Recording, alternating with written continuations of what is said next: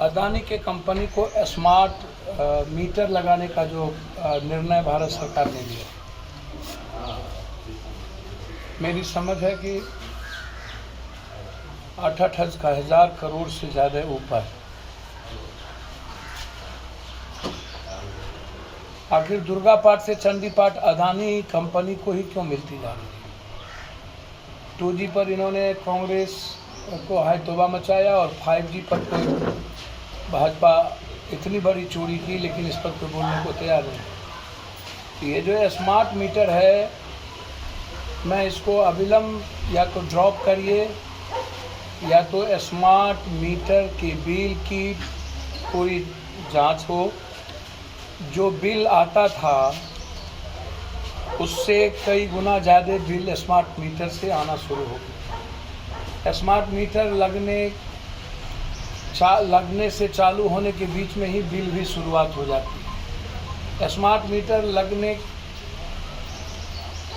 के बाद जब हम कूपन सिस्टम में आए तो हमको लग रहा है कि हमने एक SLF बॉल को हमने जलाया या एक पंखा जलाई और बिल आ गया और खुद बिजली कट भी गई।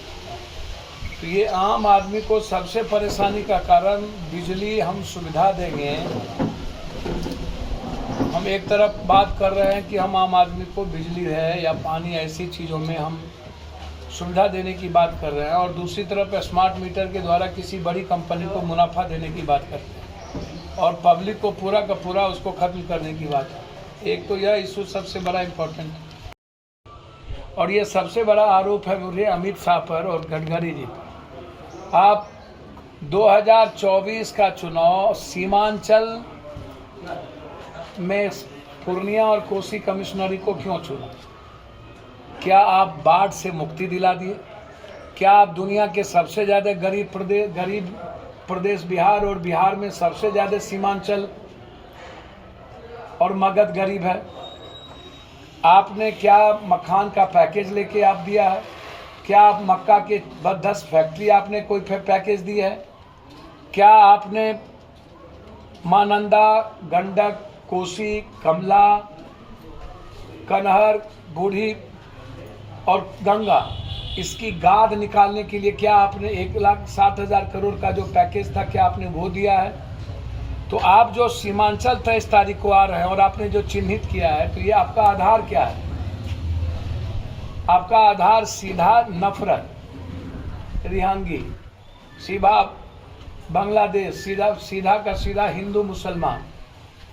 मैं बहुत आगाह कर देना चाहता हूं अमित शाह जी को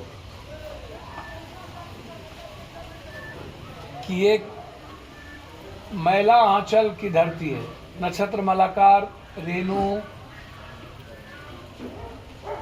ऐसी धरती है ये, शायद आप सोच भी नहीं सकते हैं। ऋतंबरा, उमा भारती से लेकर के जितने सारे बीजेपी और संघी इस इलाके में आए वो दुरुस्त होके गए। आप आ रहे हैं, आपका हम स्वागत करेंगे। आप कोसी और सीमांचल के लिए विशेष पैकेज मिथिलांचल के लिए लेके आइए।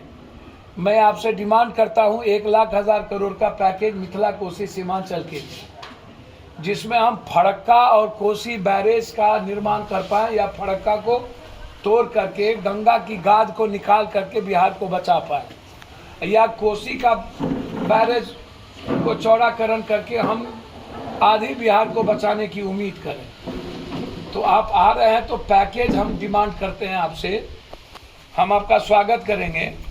आप आ रहे हैं तो बाढ़ से मुक्ति का हम स्वागत करेंगे। आप आ रहे हैं तो मखान, मक्का, माछ और दूध, जो मेरी सबसे बड़ी ताकत है, हम उसके लिए आपका स्वागत करेंगे। कि आप तो रक्त चरित्र का आपका जो कैरेक्टर है, RSS और बीजेपी का जो कैरेक्टर है,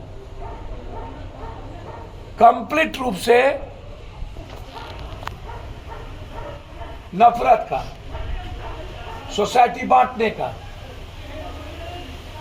डर का। मैं चुनौती और चैलेंज के साथ कहता हूं, नफरत और डर पैदा करिएगा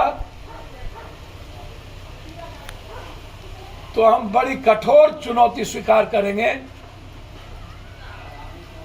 और फिर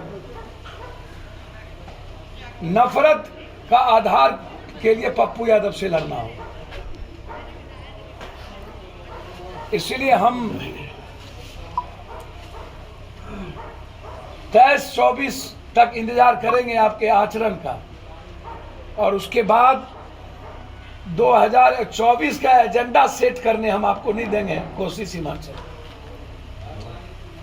उसके लिए पप्पू यादव को जो भी कुर्बानी देनी पड़ेगी हम देंगे, लेकिन समाज बांटने का राइट बीजेपी को और आरएसएस को नहीं, जो लगातार हो रही। मैं हिंदी भाषी इलाके के क्षेत्र के लोगों से अपील करता हूं कि हमको साउथ इंडियन से सीखना चाहिए, हमको नॉर्थ से सीखना चाहिए कि वो नफरत करने वाले और डर पैदा करने वाले को कभी प्रवेश करने नहीं दिया।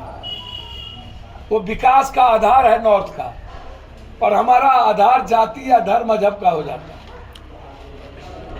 लोगों के भीतर शंका बनी हुई है सीमांचल कोसी में। आम लोग दहशत में हैं अमित शाह के डेट से, डरे हुए हैं। क्या करेंगे, क्या बोलेंगे, कहां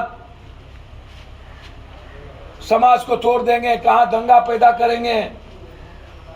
एक सेंसेशनस क्यूरियोसिटी पैदा हुई है।